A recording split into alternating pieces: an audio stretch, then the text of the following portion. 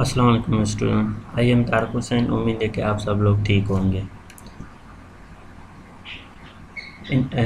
In this lecture we will discuss manufacturing of ammonia, uses of ammonia and environmental impact due to excess of ammonia।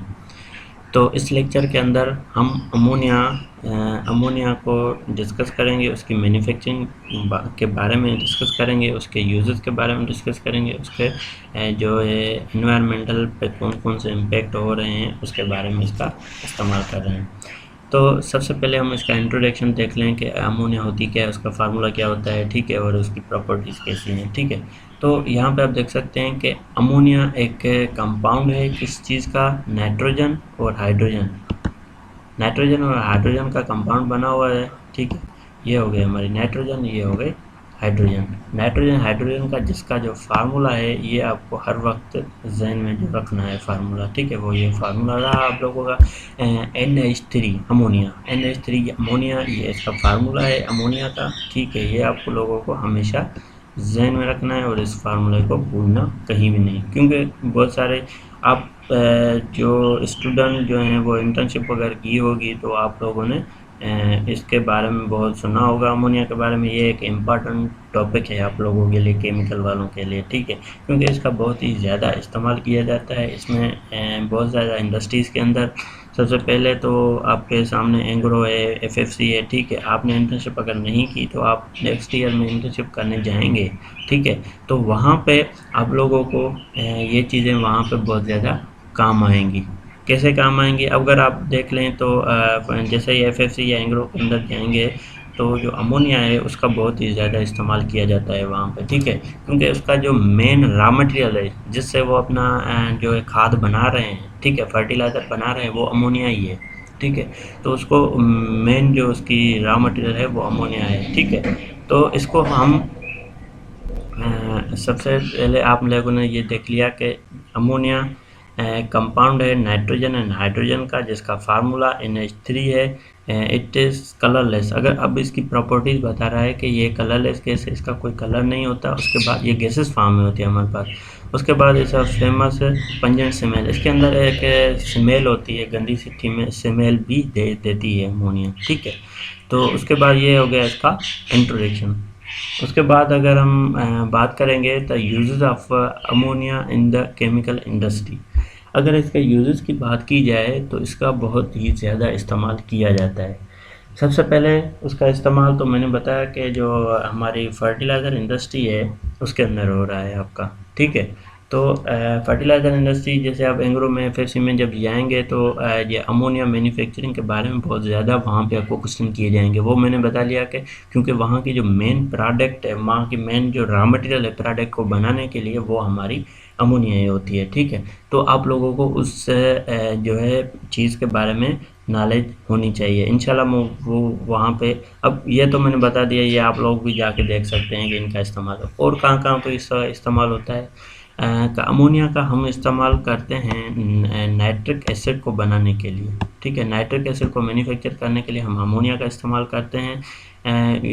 Nitric acid हम बम वगैरह बनाने के लिए या हमारा explosive जितने भी चीज़ें होती हैं उसमें इस्तेमाल करते हैं नाइट्रिक एसिड का। और नाइट्रिक एसिड जो हमारी बनती है वो अमोनिया से बनती है। तो इसका इस इंडस्ट्री के अंदर बहुत ज़्यादा इस्तेमाल होता है, ठीक है। उसके बाद अगर दूसरी इंडस्ट्रीज़ के बारे में बात की जाए तो फार्मास्यूटिकल, क्योंकि मेडिसिन की बहुत सारी इंडस्ट्रीज़ हैं हमारी। जैसे आप देख लें कि फाइज़र कंपनी होती है हमारी, एबर्ट होती है, ठीक है, और दूसरी भी बहुत सारी अल्बर्ट कंपनी है, ठीक है। दूसरी बहुत सारी कंपनीज हैं मेडिकल की जो वहाँ पे अमोनिया का बहुत ज़्यादा इस्तेमाल किया जाता है, ठीक है। उसके बाद अगर हम बात करें कि जो सोडियम कार्बोनेट है, ठीक है, सोडियम कार्बोनेट को बनाने के लिए हम इसका इस्तेमाल करते हैं। और शायद हमने ये चीज़ पढ़ी भी है कि सोडियम कार्बोनेट हमने पढ़ी थी, ठीक है।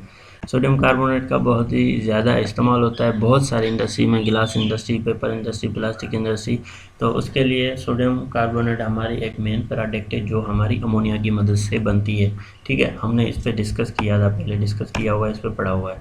उसके बाद प्लास्टिक इंडस्ट्री, हमारी बहुत सारी जो प्लास्टिक इंडस्ट्रीज़ हैं पाकिस्तान के अंदर बहुत ज़्यादा हैं। प्रॉपर्टीज़ और प्लास्टिक और टेक्सटाइल इंडस्ट्रीज, ठीक है। पाकिस्तान के अंदर बहुत ज़्यादा है ये दोनों इंडस्ट्री, इसके अंदर इसका बहुत ज़्यादा इस्तेमाल हो रहा है। तो प्लास्टिक हमारी जो पीवीसी बनती है, और पीवीसी के साथ बहुत सारी जो हैं और प्रोडक्ट भी होती है, हमें कॉमनली जो है वो पीवीसी का ही पता होता है। पीवीसी क्या होता है, पॉलीविनाइल क्लोराइड जिसको हम कहते हैं। जो भी आप प्लास्टिक रखना है वो पीवीसी की बनी होती है। पीवीसी मतलब पॉलीविनाइल क्लोराइड, ये केमिकल का नाम है विनाइल क्लोराइड, इससे बनती है हमारी। पॉली तो कहते हैं कंबाइन करने को, ठीक है। विनाइल क्लोराइड एक केमिकल कंपाउंड होता है जिसको हम मिला के हमारी प्लास्टिक बनती है, वहाँ पे अमोनिया का बहुत ही ज़्यादा इस्तेमाल किया जाता है। उसके बाद पेपर इंडस्ट्री, ये हमने डिस्कस की हुई है, अभी अभी हमने पढ़ी हुई है इसको, तो वहाँ पे पेपर के अंदर इसका बहुत ज़्यादा इस्तेमाल है। उसके बाद टेक्सटाइल इंडस्ट्री, कपड़े की इंडस्ट्री, आपको पता है कि पाकिस्तान टॉप पर है टेक्सटाइल इंडस्ट्री के काम में, सबसे ऊपर जो है हमारी टेक्सटाइल इंडस्ट्रीज़ हैं, उसके अंदर अमोनिया का हम बहुत ही ज़्यादा इस्तेमाल करते हैं। पाकिस्तान ये वाहिद चीज़ है पाकिस्तान जो बाहर से नहीं मंगवाता, मतलब बाहर से इम्पोर्ट नहीं करता, ठीक है। ये जो है पाकिस्तान जो है कपड़ा बना के बहुत सारे दूसरे मुल्कों को एक्सपोर्ट कर देता है, उसको भेज देता है, ठीक है। तो ये बड़ी इंडस्ट्री है पाकिस्तान की टेक्सटाइल, जिसको बैकबोन ऑफ पाकिस्तान कहते हैं, जो पाकिस्तान को चला रही है। उसके बाद अगर इसकी बात करें तो हमारी मेन चीज़ यहाँ पे जो लिखी नहीं हुई थी वो मैंने आप लोगों को बताई कि जो फर्टिलाइज़र इंडस्ट्री है, ठीक है। फर्टिलाइज़र इंडस्ट्री हमारी जैसे एफएफसी या एंग्रो होती हैं, ठीक है, ये हमारी खाद बना रही हैं फर्टिलाइज़र। तो इसमें अमोनिया का मेन जो काम है वो तो फर्टिलाइज़र का ही है। उसके बाद आप देख सकते हैं कि जो क्या यहाँ पे लिखा हुआ है सल्फेट ऑफ अमोनिया, ठीक है, ग्रुप प्लस, ये एक खाद होती है, ये भी एक कलर ही हमारा बनता है, फर्टिलाइज़र बनता है। फर्टिलाइज़र हमारे आप लोगों को पता है कि लिक्विड फॉर्म में भी होते हैं और जो हमारे सॉलिड फॉर्म में भी होते हैं, दोनों किस्म के हमारे फर्टिलाइज़र होते हैं। उसके बाद अमोनिया एंड यूरिया जो है वो भी जो एंग्रो बना रहा होता है, यूरिया वो अमोनिया से ही बनती है, ठीक है। ये भी कोई अलग चीज़ नहीं है, इस पर आपको कंफ्यूज नहीं होना, ये अलग चीज़ नहीं है, ये अमोनिया वो वहाँ पे बनती है, ठीक है। उसके बाद also used in livestock feeds as a source of protein. Livestock feed में हमारे जो वहाँ पे बहुत सारे जो हैं बड़े बड़े जो हैं हमारे बिज़नेस तौर पे फार्म बने होते हैं, ठीक है। वहाँ पे हमारी भैंसें और गायें, बहुत सारी जानवर हम वहाँ पे रखते हैं, उनका लाइव स्टॉक फीड जो है हम वो फीड के तौर पे उसको यूज़ करते हैं, हम वहाँ पे इसका इस्तेमाल भी करते हैं। उसके बाद impact of the ammonia industry on the environment, इसका बहुत ज़्यादा इम्पैक्ट भी होता है। ये मैं हर लेक्चर के अंदर बात करता हूँ, हर टॉपिक के अंदर, कि कोई भी चीज़ें हमारी अगर बहुत इस्तेमाल की चीज़ें, मतलब उसके एडवांटेज हैं तो उसके बहुत सारा डिसएडवांटेजेस भी आपको मिलेंगे, ठीक है। जैसा कि यहाँ पे देख सकते हैं कि जो फर्टिलाइज़र इंडस्ट्री है, ठीक है, फर्टिलाइज़र इंडस्ट्रीज़ के अंदर हमारी बहुत सारा वेस्ट होता है जो हमारा निकल रहा होता है, एक्सेस फर्टिलाइज़र्स, ठीक है। उसको हम या तो रिवर के अंदर छोड़ते हैं या स्ट्रीम के अंदर, या तो हम उसको एयर के अंदर मिक्स कर देते हैं। अगर हम वो हमारा गंदा पानी अगर स्ट्रीम और रिवर के अंदर जा रहा है, नदियों तालाबों के अंदर जा रहा है, तो वो पानी भी ख़राब कर रहा है, वहाँ पे जो जानदार हैं उनकी ज़िंदगी डेंजर में डाल रहे हैं, ठीक है।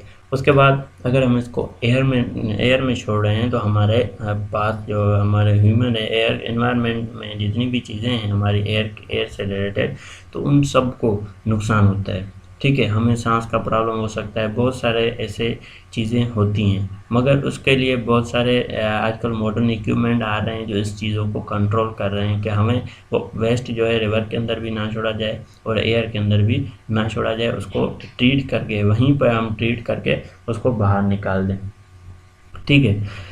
तो ये यहाँ पे होता है फर्टिलाइज़र इंडस्ट्री के अंदर, आपने देखा होगा कि बहुत सारा वेस्ट निकल रहा होता है, ठीक है। आप जैसे ही वहाँ पे जाएंगे, मगर ये क्या होती हैं कि बहुत सारे इंडस्ट्रीज़ इसीलिए हम सिटी में नहीं लगाते, वो कोशिश करके हम दूर लगाते हैं, ऐसी जगह पे लगाते हैं वहाँ पे जहाँ पे इंसानों को और दूसरी चीज़ों को हमारा नुकसान कम से कम हो, ठीक है।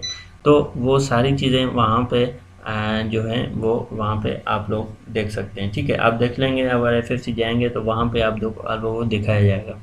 और यहाँ पे एक चीज़ ये होती है कि हमने क्या किया है, इसके ऊपर गवर्नमेंट का एनओसी लेनी पड़ती है कि ये वाटर है, ये हमारी चीज़ें, हम इसको इधर वेस्ट हमारा इतना निकल रहा है, हमको इसको ऐसे ट्रीट कर सकते हैं या नहीं कर सकते।